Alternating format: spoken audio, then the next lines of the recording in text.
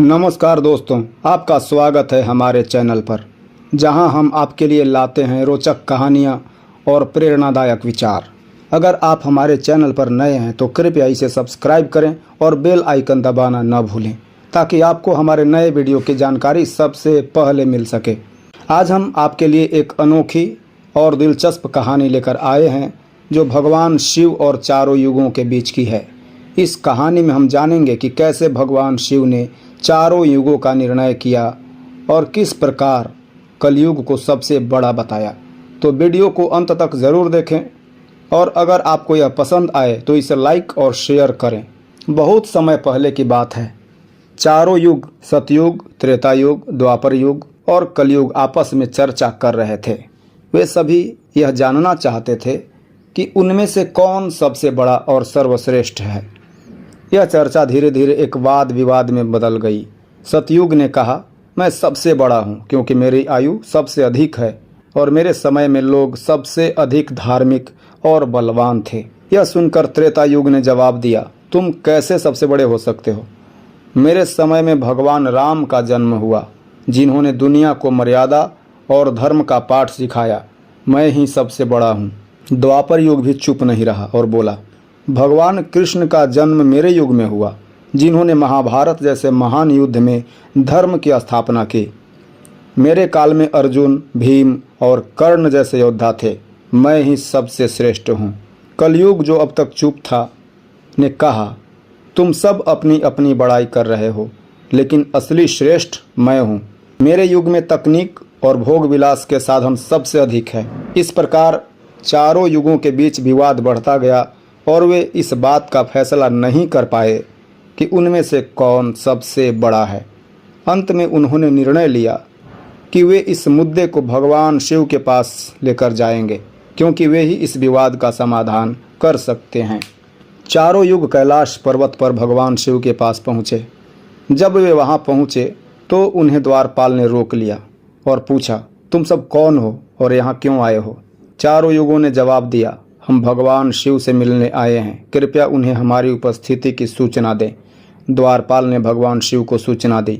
भगवान शिव ने तुरंत उन्हें अपने दरबार में बुलाया और उनका स्वागत किया। उन्होंने चारों युगों से पूछा, तुम्हारे आने का क्या कारण है? तुम तो स्वयं कालचक्र हो, समय हो, फिर ऐसा क्या हुआ कि तुम्हें हमारे पास आना पड़ा?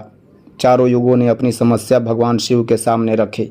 उन्होंने कहा, हे प्रभु, हम यह निर्णय नहीं कर पा रहे हैं कि हम में से कौन सबसे बड़ा है। कृपया आप ही हमारा न्याय करें और हमें बताएं कि हम में से कौन सर्वश्रेष्ठ है। भगवान शिव ने मुस्कुराते हुए कहा, इसका फैसला तभी हो सकता है जब तुम सभी अपनी अपनी विशेषताएं और तर्क प्रस्तुत करो, तभी मैं निर्णय कर पाऊंगा।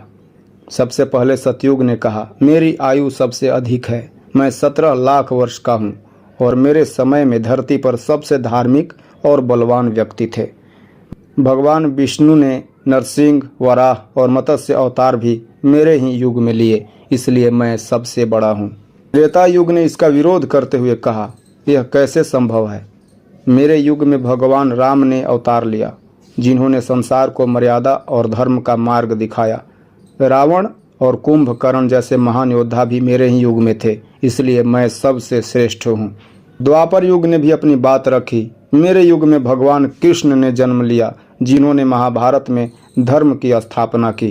अर्जुन, भीम, कर्ण और भीष्म जैसे महान योद्धा मेरे समय में थे, इसलिए मैं ही सबसे बड़ा हूँ। कलयुग ने तब अपनी बात कही, मेरे युग में तकनीकी प्रगति और भोग विलास के साधन सबसे अधिक हैं। आज के समय में विज्ञान और तकनीक ने दुनिया को बहुत आगे बढ़ा दिया है, इसलिए मैं सबसे श्रेष्ठ हूँ।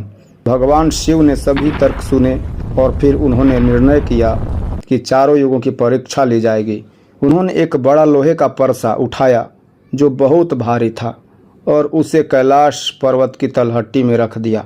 उन्होंने चारों युगों को बुलाकर कहा, जो इस परसे में चावल पकाकर मेरे गानों शिव के सेवक को भोजन करवा सके, वही सबसे बड़ा होगा। सबसे पहले सतयुग ने अपने युग के सबसे बलवान व्यक्ति को बुलाया। उसने बड़ी आसानी से उस भारी परसे को उठाकर आग पर रख दिया और चावल पकाकर सभी गानों को भोजन करवाया। फिर त्रेता युग की बारी आई। उसने भी अपने युग के एक बलवान योद्धा को भेजा, जिसने उसी प्रकार से चावल पकाकर भोजन करवाया।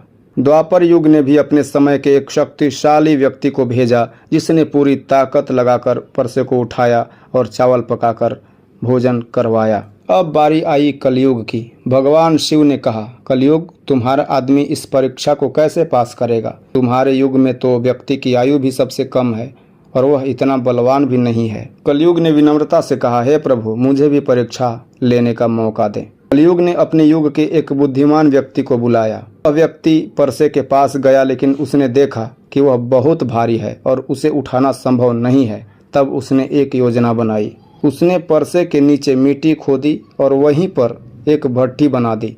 फिर उसने परसे में चावल और पानी डालकर उसे पका दिया। जब चावल पक गए तो उसने भगवान शिव के गानों को बुलाया और उन्हें भोजन करवाया।